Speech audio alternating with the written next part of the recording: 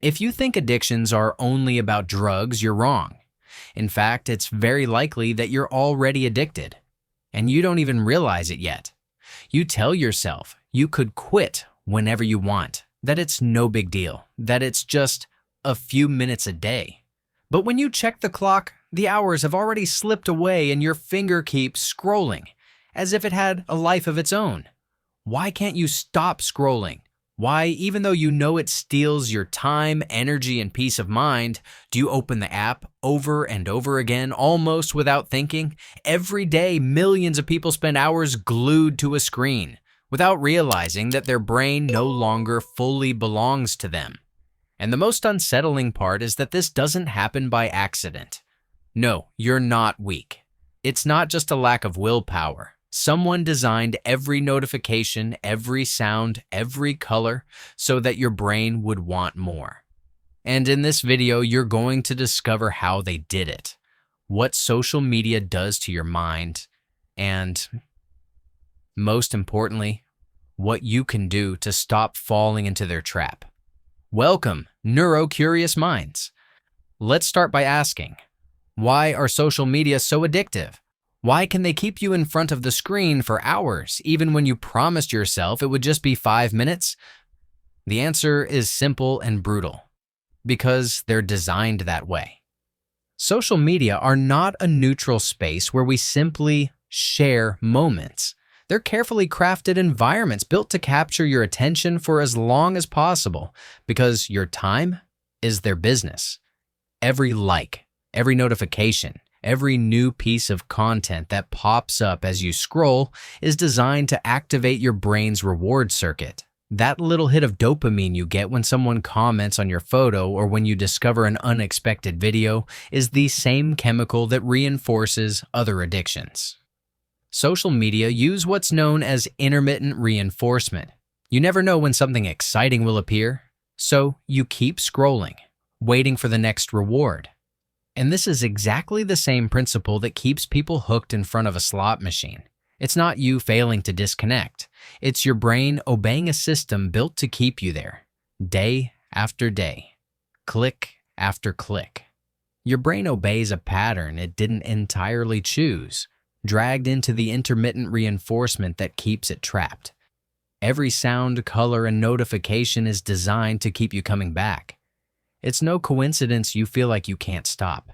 It's science, carefully applied to keep you connected. But what's really happening inside your brain each time you fall into this trap? Every time you open a social media app and start scrolling, a chemical storm takes place in your brain. Dopamine, the reward neurotransmitter, these spikes with each new stimulus. A message, a like, a surprising video. That little burst of pleasure makes you want more, even though it only lasts a few seconds. Over time, this constant cycle of stimuli and rewards weakens the prefrontal cortex, the part of the brain responsible for self-regulation and impulse control. That's why, even when you know you should stop, you don't. Your ability to make conscious decisions is overshadowed by the automatic impulse to keep looking for the next reward. On top of that, the brain begins to associate boredom with discomfort because it can no longer tolerate moments without stimulation. And when you don't get that dose of dopamine, cortisol, the stress hormone, kicks in, reinforcing anxiety and that empty feeling. So the very circuits that evolved to help you survive and learn are now hijacked to keep you stuck in a cycle you can't fully control. And here's where another inevitable question arises. If social media are capable of changing the chemistry of your brain, what are they doing to the way you think? Every time you spend hours in front of the screen, you're not just wasting time, you're reprogramming your attention. Your ability to focus on a single task becomes fragmented. Your mind gets used to quick stimuli, constant change, and it becomes harder and harder to tolerate silence or depth. What we call multitasking isn't a virtue, it's a consequence. Your brain jumps from one stimulus to another, unable to stay anchored to anything for long. This scattered attention affects your memory, your creativity, and even your ability to make clear decisions. But it's not just your attention they're shaping. It's also your emotions and beliefs. The algorithms learn what makes you angry, what excites you, what scares you, and they feed it back to you over and over. They fuel your biases, reinforce your insecurities, make you feel smaller, compare yourself more, doubt yourself. And while you believe you're choosing what you see, it's actually the system choosing which thoughts and emotions to feed in you. So when we talk about social media, we're not just talking about wasted time, we're talking about a mind that no longer fully thinks for itself. But what price do you pay in the long run for living this way?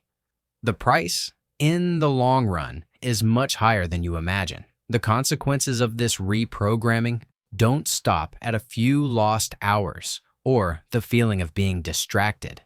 Little by little, they seep into your emotional well-being, your mental health, your ability to live fully. Excessive social media use is linked to higher levels of anxiety, insomnia, and a constant sense of emptiness.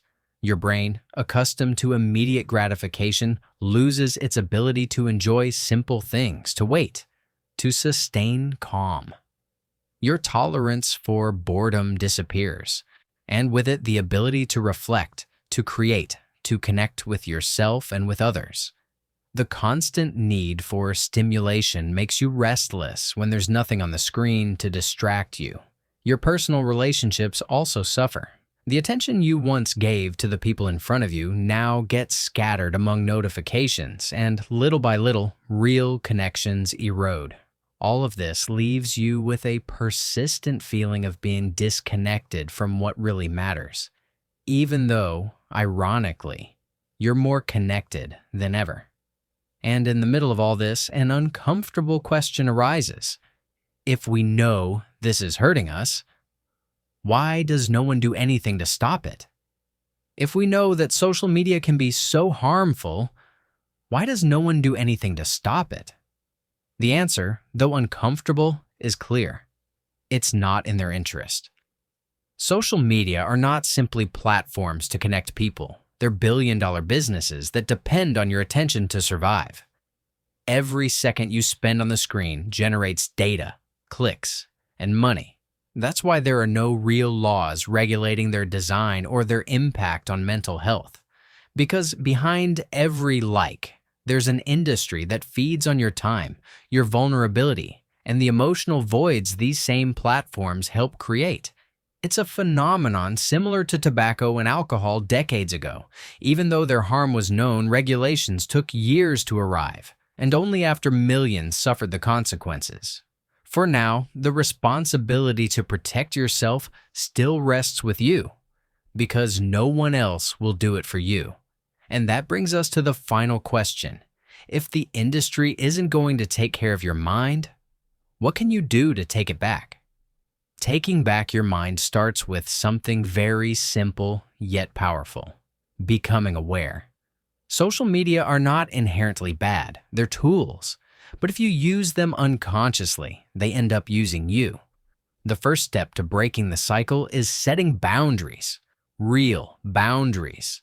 Turn off unnecessary notifications, set clear times to connect, give yourself moments of total disconnection, even if it feels uncomfortable at first. You can also practice small digital detoxes, 1 day a week, without social media, or a few hours a day in airplane mode. Little by little, you'll start to notice how your mind regains its calm, how your focus returns, how your creativity and your ability to enjoy simple things begin to awaken. Reprogramming your brain also means cultivating habits that strengthen it. Reading, meditating, taking walks, looking people in the eye when you speak to them. Simple yet profound actions that give you back control of your time and energy. Because when you understand how your mind works and how it's being manipulated, you're no longer just a passive user. You start becoming the owner of your attention. And then, one final reflection emerges. If your mind can be programmed to destroy your well-being, it can also be reprogrammed to recover it. The choice is in your hands. Social media will still be there, trying to grab your attention with sounds, colors, and notifications designed to trap you. That won't change anytime soon, but you can change how you respond. Remember, Asking for help, setting boundaries, putting the phone down for a while is not weakness, it's courage. It's proving that your well-being is worth more than a few likes and that your time is not for sale. Your brain is not broken. Even if right now your mind feels scattered, anxious, or trapped in the screen, neuroscience shows us that it can always heal, rebuild, and form new connections. Hope is not a myth, it's biology. So today, I invite you, don't look away. Do something for yourself, for your loved ones. Pay attention, ask, listen. And don't forget to share this video. You never know who might need to hear this right now. And if this message made you realize something your curious mind already suspected deep down, subscribe and join us on this journey of knowledge and learning. Because knowledge doesn't just inform, it heals, it transforms, and sometimes it even saves. See you in the next video, Neurocurious Minds.